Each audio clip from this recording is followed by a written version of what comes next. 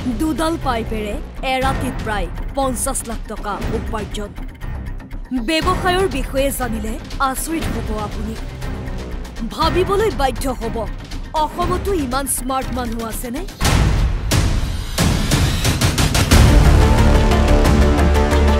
প্ৰথমে এই পাইপ দুডাল চাওক পাইপ দুডালৰ এটা মূৰ মাটিৰ ওপৰত আৰু আনটো মূৰ মাটিৰ তলত কেইজনমান লোকে খান্দি উলিওৱাত ব্যস্ত পাইপ দুডালৰ মাটিৰ তলত থকা মূল উৎসটো মাটি খন্দাত লগাইছে জেচিবিও এৰাতিত ইমান টকা উপাৰ্জন কৰিব পৰা এই পাইপ দুডালক লৈ সকলোৰে উৎসুকতা বহু সময় এনেদৰে খন্দাৰ পিছত মাটিৰ 10 ফুটমান তলত ওলাল এডাল ডাঙৰ পাইপ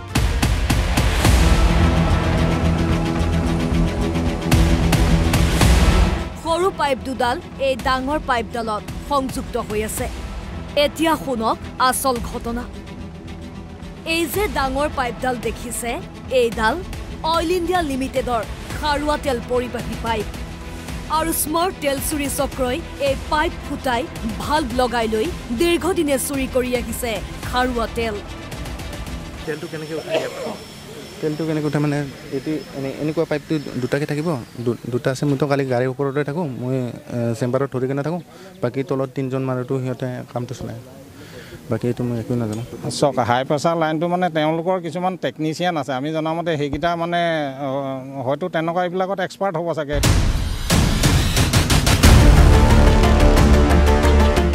বৃহস্পতিবাৰে নিশা এক টেংকাৰ খাৰুৱা তেল উলিয়াইছিল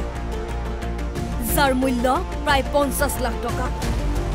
আৰু তেল ভৰ্তি টেংকাৰখন লৈ গুৱাহাটীলৈ ৰাওনা হওঁতে দুলীয়াজান আৰক্ষী আৰু অইল নিৰাপত্তাৰক্ষীৰ অভিযানত জব্দ হয় টেংকাৰখন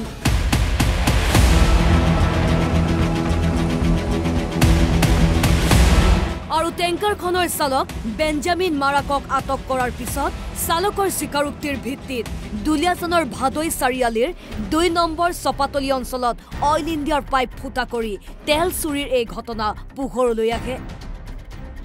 অভিযোগ অনুসৰি এই চক্ৰৰ সৈতে জড়িত হৈ আছে খেৰমৰীয়া অঞ্চলৰ অমৃত বৰশইকীয়া ভাদৈ পাঁচালিৰ নিৰঞ্জন হাজৰিকা খোৱাঙৰ বিশ্বজিৎ সোণোৱাল তিনি অভিযুক্তৰ বিৰুদ্ধে এজাহাৰ দিছে যদিও এই পৰ্যন্ত আৰক্ষীয়ে আটক কৰিবলৈ সক্ষম হোৱা নাই শুনক কি কয় অইল কৰ্তৃপক্ষই কালি আমি এটা সিক্ৰেট ইনফৰমেশ্যন পাই পেলাই আমি এখন টেংকাৰ আমি জব্দ কৰিবলৈ সক্ষম হৈছিলোঁ বৰুৱা তিনিআলিৰ ওচৰত য'ত মানে ইলিগেল ক্ৰুড অইল ট্ৰেন্সপৰ্ট কৰিছিলে আৰু সেই ড্ৰাইভাৰজনৰ মানে ভাষ্যৰ ভিত্তিত আহি পেলাই আমি ক'ৰ পৰা ক্ৰুড অইল চুৰ কৰিছিলে সেই গোটেই বস্তুখিনি আমি উদ্ধাৰ কৰিবলৈ সক্ষম হওঁ আৰু ইয়াত জড়িত হৈ আছে ড্ৰাইভাৰে কোৱা মতে অমিত বৰশইকীয়া বুলি এজন আছে তেওঁৱে মানে মেইন কালপিত এই গোটেই ঘটনাটো ড্ৰাইভাৰৰ ষ্টেটমেণ্টৰ মতে আমি যিটো গম পালোঁ যে অমিত বৰশইকীয়া আৰু যি টেংকাৰখনৰ মালিক গম পাইছোঁ চম সোণোৱাল তেওঁ হৈছে চেনচুৱা পুখুৰী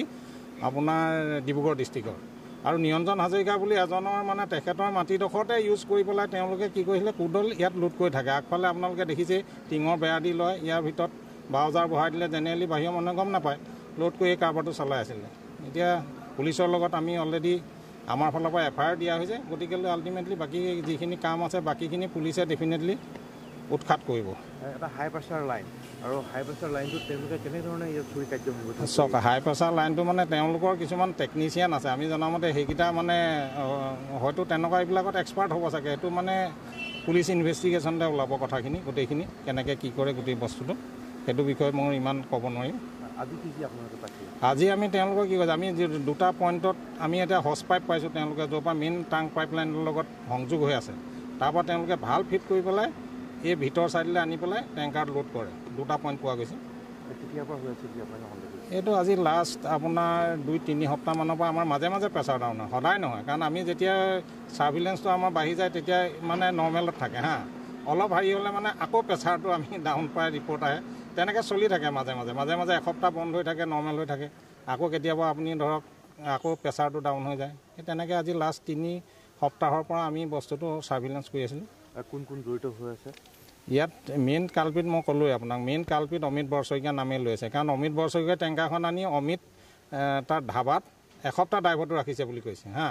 আৰু অমিতে তাৰ নামটো তাক ড্ৰাইভাৰজনক অলপ মানে বেলেগ এটা কৈ আছিলে যেতিয়া তাৰ ফটোখন দেখাই দিলোঁ অমিত বৰশইকীয়া তেতিয়া ক'লে এইজন মানুহে বোলে সেইটো আৰু এই মাটিডোখৰ মালিক নিৰঞ্জন হাজৰিকা যিজনে মানে এই কাৰবাৰটো চলাই আছে ইয়াত তেওঁ ডেফিনেটলি জড়িত থাকিব তেওঁ মাটিত নহ'লে মোৰ ঘৰৰ মাটিত মই কিবা বেয়া কাম কৰিবলৈ এলাউটো নকৰোঁ মই ডেফিনেটলি এতিয়ালৈকে অকল ড্ৰাইভাৰজনকে আটক কৰিছে পুলিচে আৰু বেলেগক হয়তো ইয়াৰ এনকুৱাৰী পাছতে তেওঁলোকে একশ্যন ল'ব এতিয়া প্ৰশ্ন হয় অইল ইণ্ডিয়াৰ তেল চুৰিৰ এই বৃহৎ চক্ৰ উৎখাত কৰিবলৈ সক্ষম হ'বনে আৰক্ষী সেয়া পৰৱৰ্তী সময়তহে লক্ষণীয় হ'ব দুলীয়াজানৰ পৰা মৃদুস্মিতা ফুকন NB নিউজ